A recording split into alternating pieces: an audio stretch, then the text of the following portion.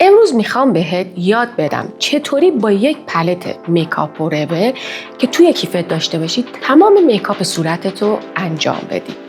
این پلت میکاپ فوراور که 3 تا رنگ مختلف داره، یعنی 3 تا پک مختلف داره. به نیازی که داری میتونی اونو تهیه کنی. من 3 تا پلتشو دارم و بهت یاد میدم که چطوری نوبت به نوبت از اینها استفاده کنی. این پلت الان شامل این رنگ ها و این رنگ ها هستش. همونجور که داخلش ببینی من دائما ازش استفاده میکنم، قشنگ مشخص. اول میام وقتی پرایمر رو به صورتم زدم با 2 تا رنگ یک کمی هم از این تیرهه و یه ذره این 3 تا رو مخلوط میکنم و حالت کرم پود به صورتم میمالم. خیلی بافت سبکی داره. فکر نکن که از اون کرم پودهایی که بتونی برای شب قابل استفاده باشه، یعنی برای مهمونی جایی، ولی برای روزمره بسیار پلت خوبیه، یا برای رستوران رفتن، برای مسافرت داشتن وقتی که بخوای اون حجم سنگین فوندیشن رو توی کیفت نذاری و ببری.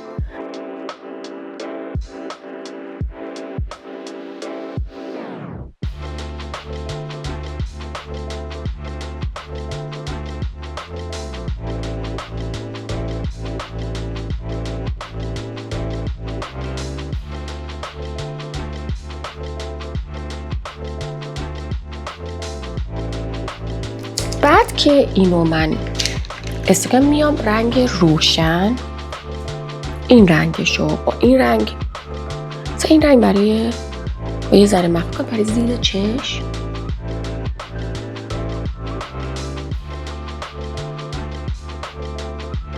بستگی به درجه روشنی که بخوایم داره.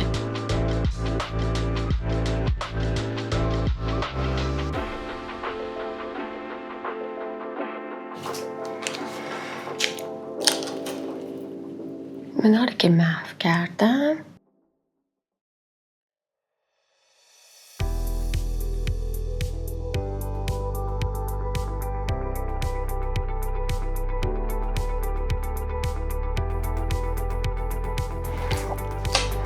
حالا میام از کانتور یه کمی این رنگ تر برای شید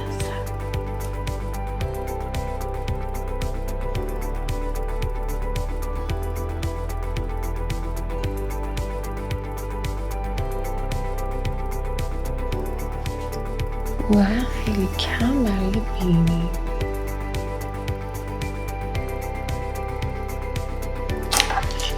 اینا رو محوش میکنم.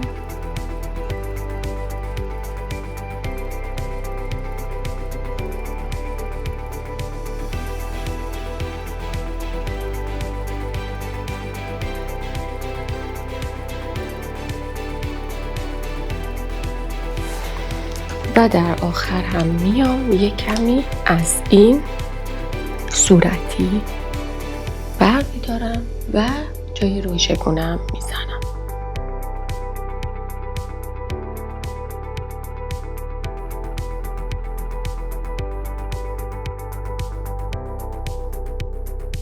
همونجور که میدونین اینا سلیقه‌ایه، میتونین از هر رنگش استفاده کنین و یک کمی هم به لبم میزنم و در آخر برای فید شدن خیلی خوبش از یک اسپانج یا بلندر نمدار، کمی نمدار استفاده میکنم و تمام این محو نشدن ها رو با هم دیگه محو میکنم و بلندش میکنم. به همین سادگی با یه پلت کوچیک که تو کیفتون میذارین میتونین کل صورتتون رو میکاپ کنین.